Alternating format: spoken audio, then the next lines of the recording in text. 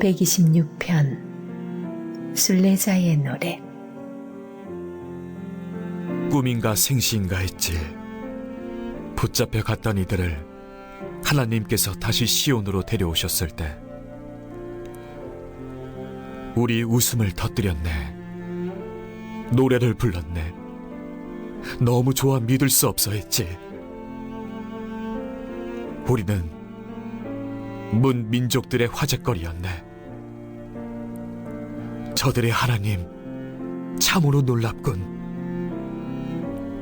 그렇고 말고 우리 하나님은 정말 놀라우신 분. 우리는 그분의 행복한 백성. 하나님, 다시금 그렇게 해주소서. 가뭄에 찌든 우리 삶에 단비를 내려주소서. 절망 가운데 곡식을 심은 이들 환호성을 울리며 추수하게 하소서. 무거운 마음을 지고 떠났던 이들 한아름 복을 안고 웃으며 돌아오게 하소서.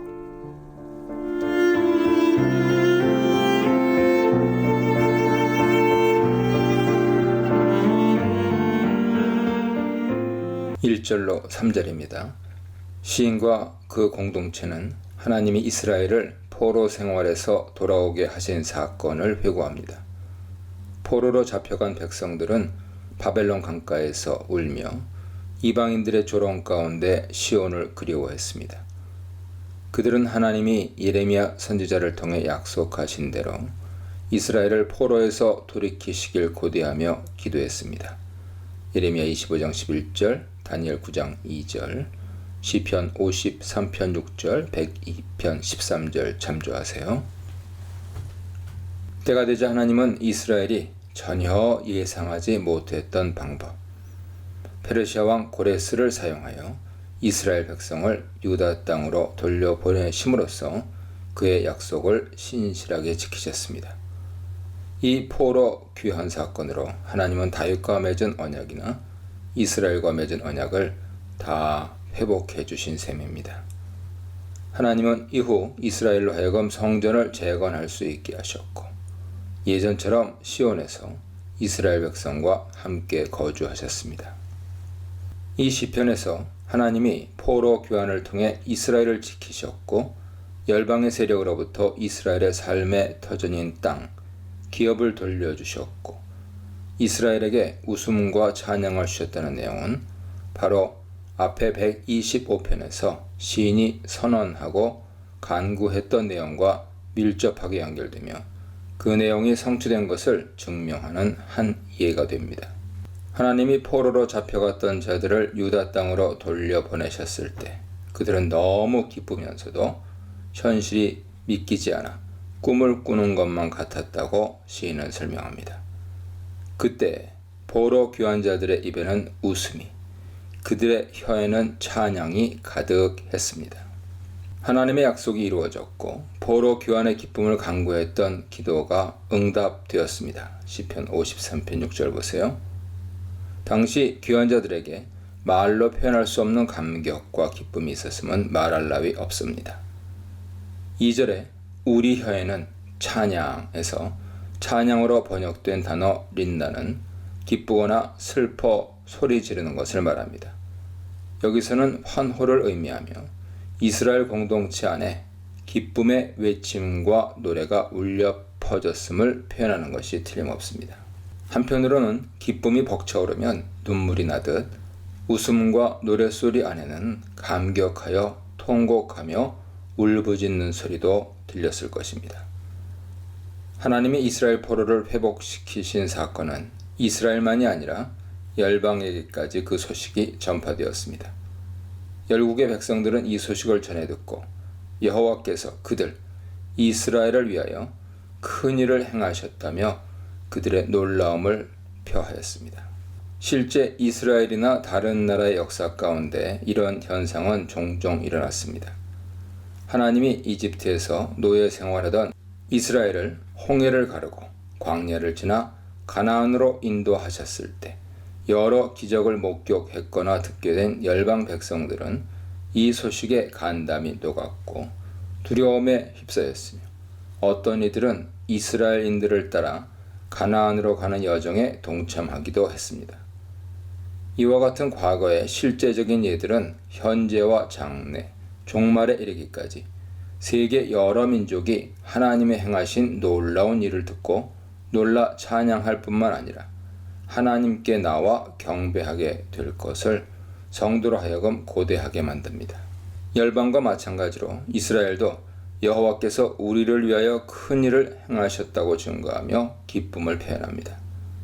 열방은 하나님의 기적과 같은 일을 목격했거나 듣기만 했을 뿐 직접 경험하지 못했지만 이스라엘은 직접 경험했으며 하나님의 행하신 큰 일의 혜택을 본 당사자들이었으므로 이들의 감격과 기쁨은 이루 말할 수 없습니다. 하나님이 과거에 행하신 일들은 과거 이스라엘 공동체에게만 큰 기쁨을 주고 끝나지 않습니다.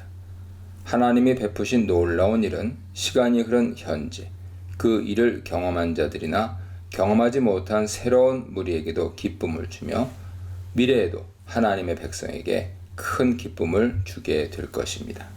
4절입니다.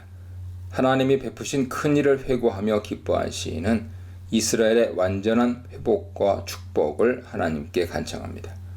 하나님께 포로를 돌려보내달라는 요청은 초기 귀환자들의 수가 많지 않았기에 약 5만 명이었죠. 에스라 2장 보세요. 더 많은 사람들을 돌려보내시기를 구하는 구체적인 요청이거나 이스라엘에게 과거와 같은 축복을 내려달라는 일반적인 요청일 수도 있습니다.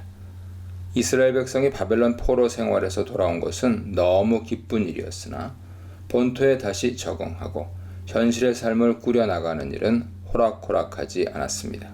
귀환 공동체는 하나님의 축복을 기대했지만 포로 귀환 직후에 벌어진 일을 기록한 성경 에스라 1장에서 6장과 학계 등을 보면 그들은 여러 면에서 현실적인 어려움과 고통, 이방인들과의 갈등, 핍박, 경제적 문제 등을 직면해야 했습니다. 그렇기 때문에 시인은 이스라엘을 남방 시내들 같이 회복시켜달라고 하나님께 요청합니다. 남방 시내들에서 남방은 예루살렘 남쪽 사막 지역인 네게브 지역이죠. 이스라엘의 기후는 건기와 우기로 나뉘어 있어 우기 때가 되어야 비로소 물을 얻을 수 있으므로 네게브 지역에서 흐르거나 넘치는 물을 보기는 어렵습니다. 메마른 수로에 폭우가 내려 물이 가득 차 흘러내리는 일은 하나님의 기적적인 개입과 은혜가 있어야만 가능한 것이죠. 시인은 포로 귀환이라는 기적과 은혜를 베푸신 하나님이 지금 시인과 그의 공동체에게도 마른 시내에 물줄기가 흐르게 하는 기적과 은혜를 내려주시길 간청합니다. 5절로 6절입니다. 5절에 눈물을 흘리며 씨를 뿌리는 자는 기쁨으로 거두리로다 라는 시인의 말은 갑작스럽게 들리나 4절과 연결해서 보면 이는 하나님의 은혜와 축복에 대한 약속 또는 확신으로 이해할 수 있습니다. 농부의 눈물과 기쁨은 위에 언급된 포로 생활의 고통과 포로 귀환의 환호, 메마른 네게브의 시내와 물이 흐르는 네게브의 시내라는 대조적인 관계와 일맥상통합니다. 5, 6절에 나오는 기쁨은 2절에서 찬양으로 번역된 단어 린나로 기쁨이나 슬픔의 외침이죠. 시인은 2절에서 사용했던 단어를 여기서 반복함으로써 과거 포로 귀환 때 환호했던 것처럼 현재 그와 그의 공동체가 기뻐 소리칠 수 있도록 하나님의 은혜를 고대합니다. 6절은 5절의 내용과 같으나 내용을 더 구체적으로 묘사하는데 이렇게 함으로써 시인이나 청중이나 하나님의 축복과 은혜에 대한 기대를 높이고 확신을 굳히는 역할을 해줍니다. 개역개정은 이 구절을 울며 씨를 뿌리러 나가는 자는 반드시 기쁨으로 그 곡식단을 가지고 돌아오리로다 라고 번역했습니다. 원문을 직역하면 울면서 씨 주머니를 들고 계속 가는 자는 환호로 그의 단들을 들고 반드시 오리로다 입니다. 여기서 농부의 수고와 그 결과는 세 가지 대조를 통해 묘사되고 있습니다.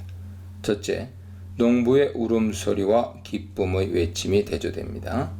이 부분은 1절로 3절에 환호가 떠오른 대목이죠. 둘째, 농부의 씨가 든 주머니를 나르는 모습과 곡식단을 나르는 모습이 대조됩니다. 즉, 농부의 파종과 추수를 가리킵니다.